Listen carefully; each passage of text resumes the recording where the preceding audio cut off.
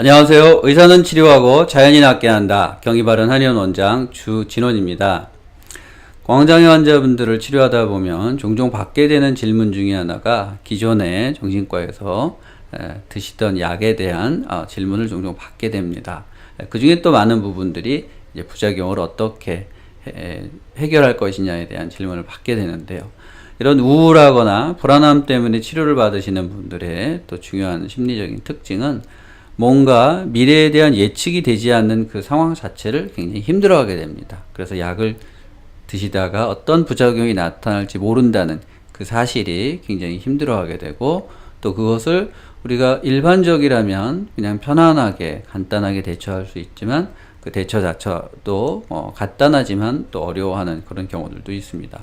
물론 이런 것들, 약물에 대한 정보들은 인터넷을 검색하면 충분히 다 알 수가 있습니다. 그래서 때로 어떤 분들은 또 잘 하시기도 하지만 또 때로는 못하는 그런 경우들도 나타나기 때문에 오늘은 일반적으로 우리가 이제 불안장애나 우울증 약을 쓸 때 나타날 수 있는 일반적인 부작용들이 무엇인지, 또 그런 것들을 대처하는 간단한 팁들이 무엇인지에 대해서 정보를 준비했습니다. 첫 번째로는 우리가 이야기할 수 있는 것이 이제 입이 많이 마르는 것인데요.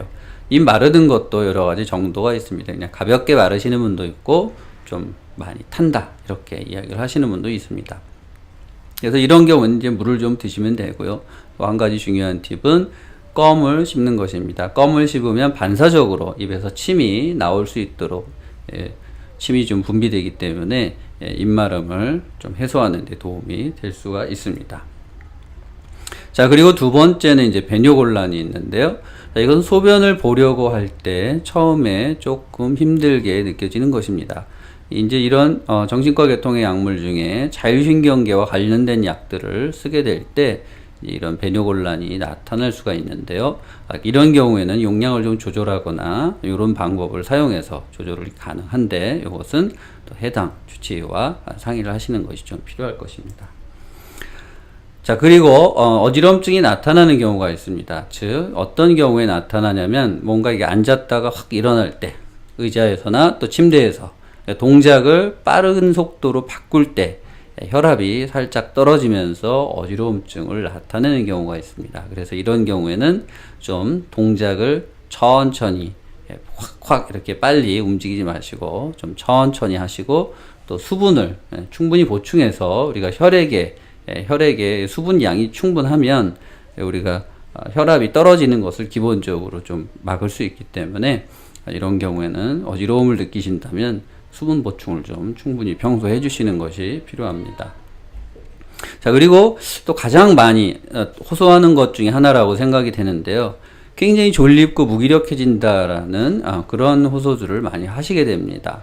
그래서 이 약을 처음에 이렇게 증상이 나타나게 되면 이제 많이 놀라시게 되죠.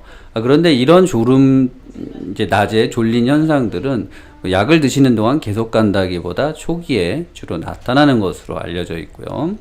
그래서 이런 것들이 이제 초기에 만약 나타날 때에는 운전 같은 것들을 하시거나, 또 어떤 현장에서 이제 위험한 장비들을 가지고 일을 하시는 분들이 있다면 운전을 하지 마시거나, 또 그런 장비들을 초기에 당분간은 사용하지 않으시도록 하는 것이 필요합니다. 자, 그리고 수면장애가 있는 경우에 우리가 치료를 하다가 보면 이 한약도 마찬가지인데요. 초기에 약물이 들어가서 어느 정도 일정 정도 시간 동안 작용할 때까지 좀 시간이 필요합니다. 몇 주 정도. 그래서 그때까지는 조금 기다릴 필요가 있는데, 기본적으로 우리가 치료를 한다라고 할 때는 이 약을 먹으면 바로 다음날 잘 수 있을 거라는 이제 그런 기대감을 가지고 시작을 하시게 되는 경우들이 좀 있죠. 그러다 보면 이 약이 들어가서 제대로 약효를 나타낼 때까지 걸리는 그 기간을 좀 힘들어 하시는 경우가 있습니다. 그러면 이제 이런 경우에는 추가적으로 약을 더 쓰거나 또 해당 주치의와 상의를 하셔서 좀 조절을 할 수가 있을 것이라고 생각이 됩니다. 물론 이제 이런 기간 동안에 또 한방 치료를 하게 된다면 또 좀 더 편하게 수면을 할 수가 있게 됩니다. 그리고 이제 울렁울렁하거나 그런 경우들이 있습니다. 우울증 약을 드시고 나서 평소에 소화장애가 좀 있던 분 같은 경우에 그런 경우들이 잘 나타나는데요. 이런 경우는 이런 경우가 좀 오래 계속 약을 드시는 동안 가는 것은 아니고 주로 이제 초기에 나타나는 것으로 되어 있는데, 이런 경우라면은 우리가 식사를 하시고 나서 바로 약을 드시는 것이 좀 필요합니다. 그래서 그렇게 한번 조절을 하시면 되겠습니다. 자, 그리고 우리가 불안하거나 이런 그 안절부절한 증상이 계속 지속되거나 또는 더 나타나는 경우들이 있습니다. 이런 초조함들이. 이런 것도 초기에 좀 나타나고 어느 정도 시간이 지나면 약에 대해서 적응하면서 이제 진정이 되는 과정이 일어난다는 것을 좀 이해하실 필요가 있고요. 다만 이제 이런 초조함과 불안한 증상이 계속 진행될 때는 이런 우울증이나 다른 정신질환들이 더 진행되고 있다는 사인일 수 있기 때문에 이런 것은 잘 캐치하셔서 좀 담당 의사와 상의를 하시는 것이 필요할 것으로 생각이 됩니다. 그리고 일반적으로 이제 이런 우울증이나 불안장애를 겪는 분들이 두통을 일반적으로 많이 호소를 하시게 됩니다. 그래서 약을 먹고 더 두통이 생기는 것은 아니고 기존에 있던 두통이 이제 왔다 갔다 이렇게 하게 되는데, 그런 것들은 너무 놀라지 마시고 꼭 약물과 관련이 있는 것은 아니니까, 또 한방에서는 이런 경우에 침치료나 이런 걸 통해서 조금 진정을 시킬 수 있기 때문에 이런 경우는 한방치료를 또 같이 하시는 것도 도움이 될 것입니다. 그리고 일반적으로 이제 남성들에게서 많이 나타나는 경우들이 있는데, 이게 이제 남성의 성기능 장애가 되겠습니다. 물론 여성도 나타날 수가 있는데요.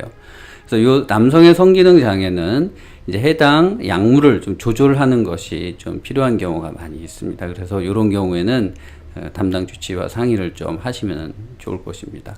그리고 이제 이런 우울증을 약을 쓰다가 어느 정도 좋아져서 이 약을 우울증 치료를 종료를 해야 되는데 어떻게 할지 몰라서 좀 문의를 하시는 경우들도 있는데, 그거 관련된 것은 이제 우울증 약들, 드시던 약들의 이제 반감기라고 하는, 약이 들어가서 혈액 속에서 작용하는 일정한 시간이 있는데 그 반감기라고 하는 것을 이용을 해서 이제 약을 조절하는 그런 방법이 있습니다. 그래서 그것은 또 제가 다른 영상에서 이미 말씀을 드렸기 때문에 요 영상이 끝나고 한번 찾아보시면 도움이 되실 거고요. 특별히 성기능 장애와 관련된 부작용은 따로 한 번 정도 제가 더 추가적으로 설명을 해 놨기 때문에 그것도 한번 찾아서 보시면은 도움이 되실 것이라고 생각을 합니다.